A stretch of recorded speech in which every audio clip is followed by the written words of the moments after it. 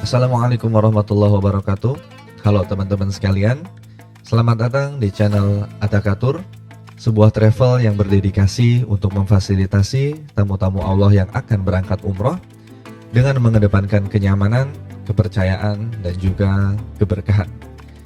Kali ini kita akan membahas semua hal yang berkaitan dengan bulan Muharram, mulai dari mengapa bulan ini termasuk ke dalam 4 bulan haram, peristiwa-peristiwa penting yang terjadi pada bulan ini, hingga amalan-amalan yang dianjurkan untuk dilakukan pada bulan ini. Nabda bil basmalah. Beberapa dari kita mungkin telah mendengar ceramah-ceramah Ustadz dan juga telah melihat konten-konten di media sosial yang menjelaskan tentang keutamaan bulan Muharram ini. Sebenarnya seberapa besarkah keutamaan bulan-bulan yang termasuk ke dalam 4 bulan haram ini? Berikut beberapa dalil yang berkaitan dengan 4 bulan haram. Yang pertama, dalil yang tercatat dalam Al-Quranul Karim, yaitu yang berbunyi A'udzubillahi minasyaitonirrajim. Inna iddatash syuhuri 'indallahi 12 syahran fi kitabillah yauma khalaqas samawati wal arda minha arba'atun hurum dzalika ad-dinul qayyim fala tadhlimu fihinna anfusakum wa qatilul musyrikina kaffah kama yuqatilunakum kaffah wa'lamu annallaha ma'al muttaqin. Quran surat At-Taubah ayat 36. Dan juga terdapat hadis Rasulullah SAW yang dikutip dari khutbah haji wada beliau yang berbunyi, Inna zamana qad istadara kahayati yawma khalaqallahu samawati wal arda as-sanatu 12 syahran minha arba'atun hurum salasun mutawaliyatun dzulqa'dah wa dzulhijjah wal muharram wa rajab mudhar alladhi baina jumada wa sya'ban. Dari kedua dalil tersebut kita bisa memahami bahwa Allah Subhanahu wa taala telah menciptakan 12 bulan dalam satu tahun, yang mana di dalamnya terdapat 4 bulan haram.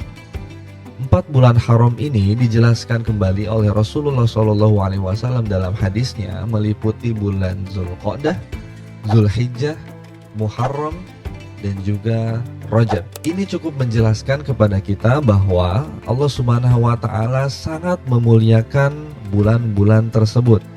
Bulan-bulan ini menjadi bulan kehormatannya umat muslim. Lalu, apakah alasan dibalik bulan Muharram termasuk ke dalam 4 bulan haram ini? Pada zaman Arab sebelum Islam, orang-orang Arab sangat menghormati keempat bulan haram tersebut. Yang mana jika ditarik ke awal mulanya, ajaran ini adalah ajaran yang dibawa oleh Nabi Ibrahim alaihi salam dan juga putranya Nabi Ismail alaihi salam. Dalam hal ini, Nizamuddin An-Naisaburi, seorang ahli tafsir berasal dari kota Naisabur, yang pada saat ini kota tersebut menjadi wilayah negara Iran, saat mentafsirkan frasa Ad-Dinul Qayyim dalam surat At-Taubah ayat 36 menyatakan, maksud dari frasa Ad-Dinul Qayyim dalam ayat ini adalah bahwa penghormatan terhadap bulan-bulan haram tersebut merupakan ajaran agama yang lurus yang dibawa oleh Nabi Ibrahim alaihi salam dan juga Nabi Ismail alaihi salam. Orang-orang Arab jahiliyah mewarisinya dari mereka berdua. Orang-orang Arab jahiliyah sangat menghormati keempat bulan haram tersebut dan mengharamkan peperangan di dalamnya. Bahkan Nizamuddin An-Naisaburi menyinggung, jika orang-orang Arab ini bertemu dengan pembunuh ayahnya, maka mereka akan membiarkannya dan tidak membalaskan dendamnya pada bulan haram tersebut. Ini sebagai bukti bahwa orang-orang Arab jahiliyah sangat menghormati keempat bulan haram tersebut. Ajaran ini sangat dijaga oleh bangsa Arab hingga zaman Rasulullah SAW. Bahkan pada zaman keislaman, 4 bulan haram ini semakin dijaga kemuliaannya, semakin dijaga kehormatannya, sehingga umatnya diperintahkan untuk meningkatkan kualitas ibadah pada bulan tersebut, baik itu kualitas ibadah secara ritual maupun kualitas ibadah secara sosial. Dan salah satu hikmah dijadikannya Muharram ini sebagai bulan haram itu agar pelaksanaan ibadah haji di Mekah bisa berjalan dengan lancar.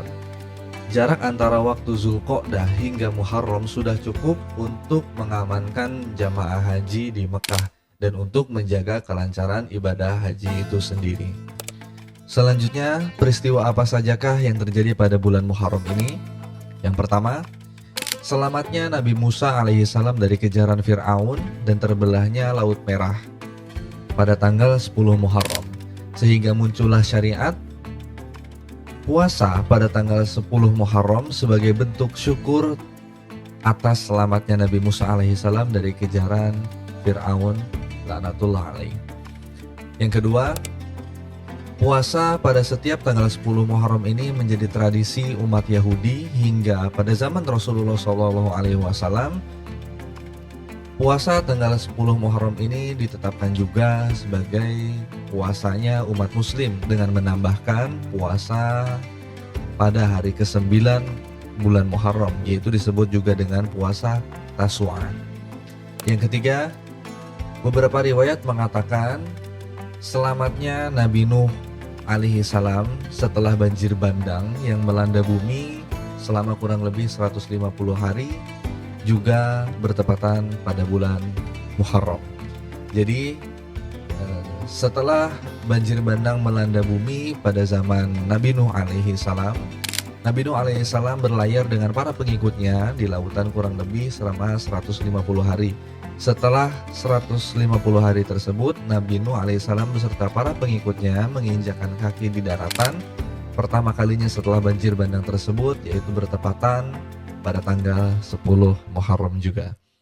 Dan yang terakhir, kisah yang paling memilukan umat muslim di seluruh dunia yang bertepatan pada tanggal 10 Muharram, yaitu peristiwa Karbala.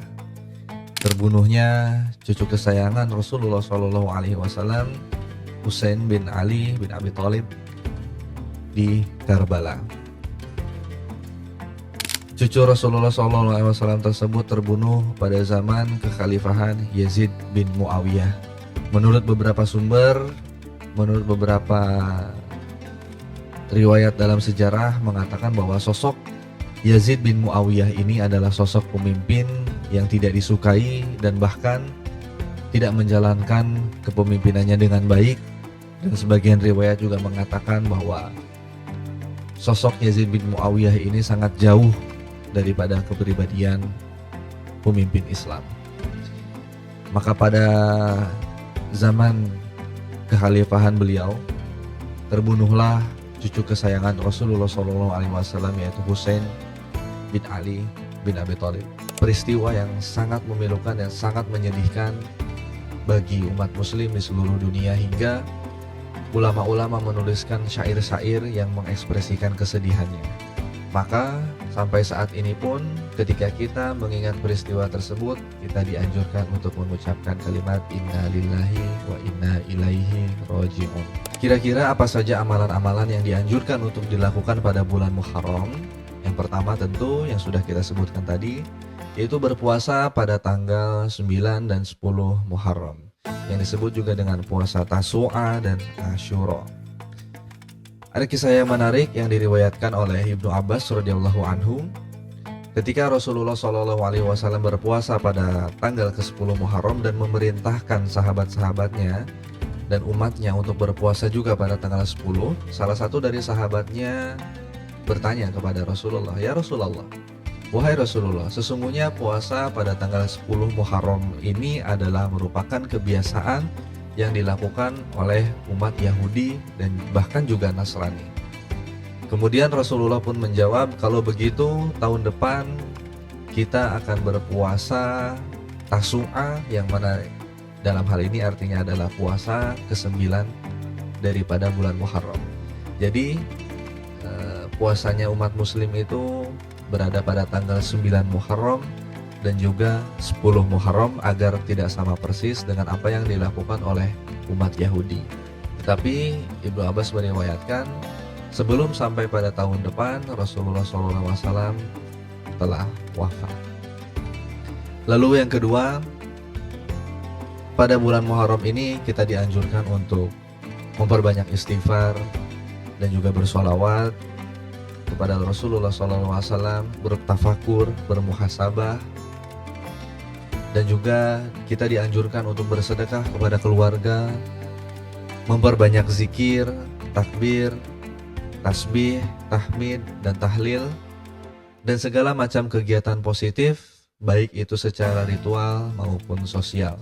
Karena insya Allah pada bulan ini semua hal positif tersebut insya Allah dilipat gandakan kebaikannya oleh Allah Subhanahu wa Ta'ala.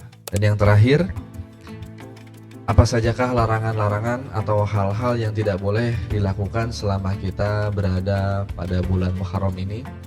Yang pertama, jika kita berkaca pada kebiasaan orang Arab, tentu seperti yang kita telah singgung sebelumnya, dilarang berperang pada bulan Muharram ini. Bulan Muharram ini menjadi waktunya gencatan senjata bagi semua pihak, dan semua pihak wajib mengikutinya. Yang kedua, jika pengimplementasiannya terhadap kehidupan bermasyarakat, tentu artinya kita semua dilarang untuk melakukan kemaksiatan atau dosa-dosa besar pada bulan Muharram ini.